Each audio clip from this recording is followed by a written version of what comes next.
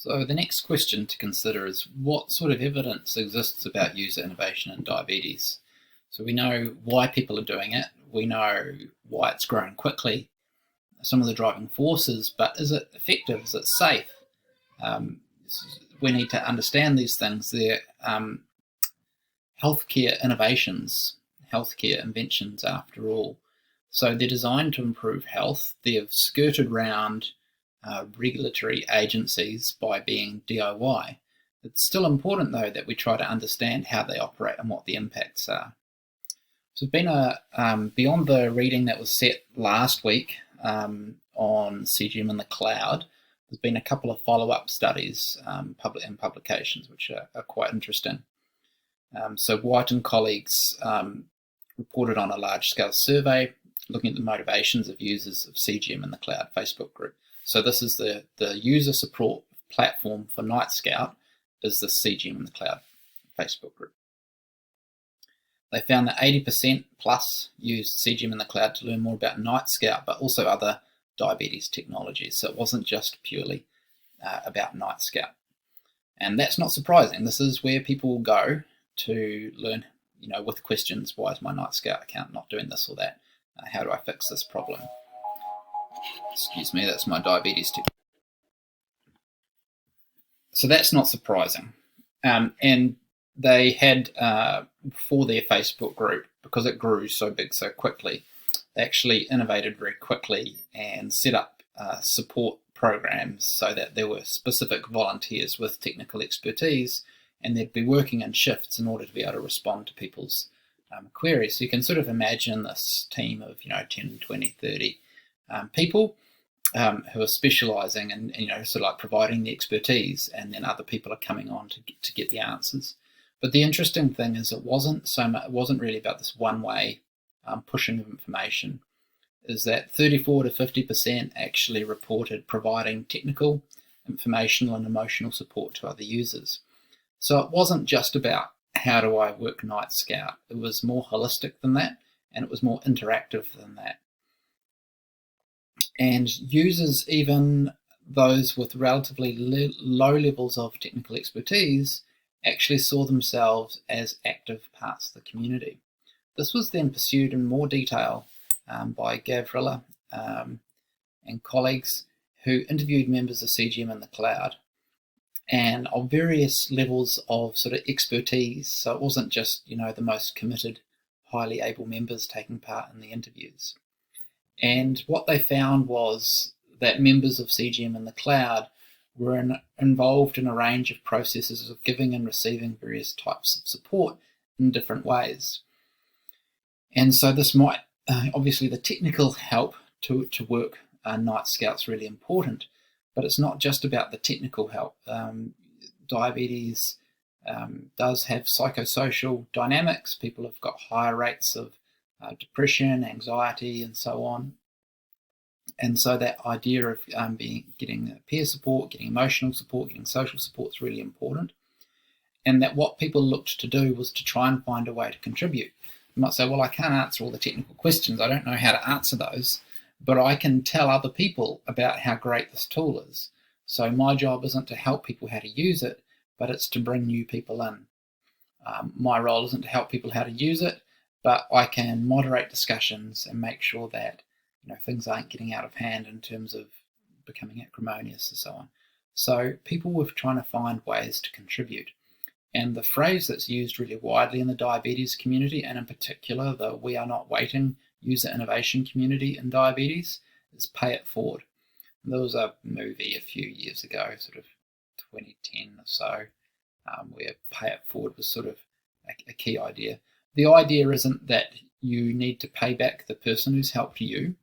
It's that you need to do what you can to help others where and when you can. And that if we can all pay it forward and help other people without worrying about whether that person will directly pay us back, we'll all be better off. And this is very much a driving force in the diabetes online community and the diabetes user innovation community.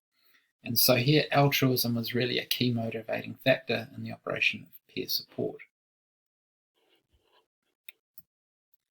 If we move on to look at do-it-yourself artificial pancreas systems, there's some emerging research around glycemic outcomes. So this is glycemic control is blood sugar control. So you're generally looking to increase time in range. That means how much time your blood sugar is between 3.9 and 10 millimoles per mole.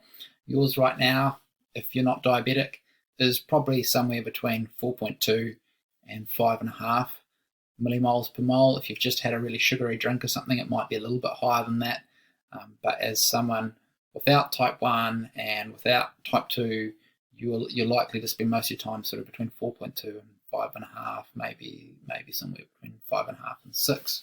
Although we don't really know that much because we haven't bothered to check what healthy people's blood sugar is all the time. So there's been a range of really small studies, usually either self-report data, as you can see from 2016, or sort of cohort-based data, and usually retrospective data rather than prospectively collected data. So retrospective data is usually not seen as rigorous. What you can see in each of these studies is that the blue bar is smaller than the green bar, meaning that the time in range before using DIY APS, and you might be able to hear my cat. You're going to come visit us? He's gone a bit mental the last few weeks. Hello, this is Jura. He's gone a bit mental the last few days and has just been meowing his voice off at us for no apparent reason. What you can see, in each of these cases is that in blue, manual diabetes mode, where you've got a CGM and you've got an insulin pump, but there's no algorithm connecting them and automatically adjusting insulin delivery, you've got lower levels, lower percentages of time and range than once you start using DIY APS and get that automated insulin delivery. The time and range is actually quite high pre and post. Most commercial artificial pancreas systems are achieving about 65 to 70% time and range in their studies. So you can see the DIY actually looks quite effective in comparison. And using manual diabetes management with an insulin pump and a CGM is thought to get a time and range of somewhere around about 57%. And so what you can see is that most users of DIY APS in these studies were already more effective using the technologies as they were than the average population than we might expect, and that even though they were more effective than usual, they still got a benefit, a measurable benefit from using DIY APS.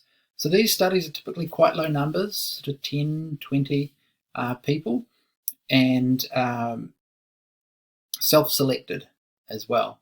So not randomly controlled, and relatively few exclusion criteria. And from the same sets of studies, we can see a reduction in A1C.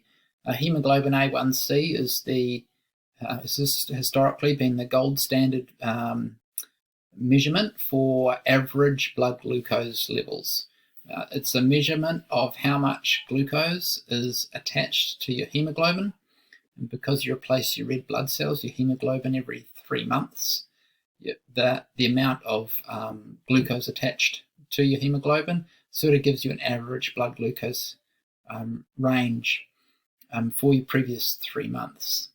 It's the gold standard because it was the measurement used in this huge trial, the Diabetes Control and Complications Trial, DCCT, of the sort of mid-80s, early 90s, which had thousands of participants, and comprehensively demonstrated that lowering blood glucose, so intensive blood glucose management, significantly lowered the rate of complications compared to what was previously the approach, which is make sure they've got some insulin but don't worry about their blood glucose levels.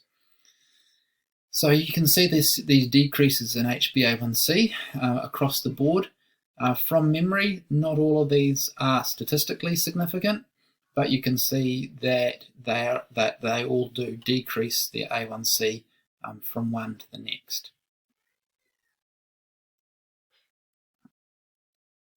Last piece on glycemic outcomes, we have a bit of a mixture here, so some self-reported data in the first and second sets, so first and third set. The second set is not self-report, it's from a pilot study.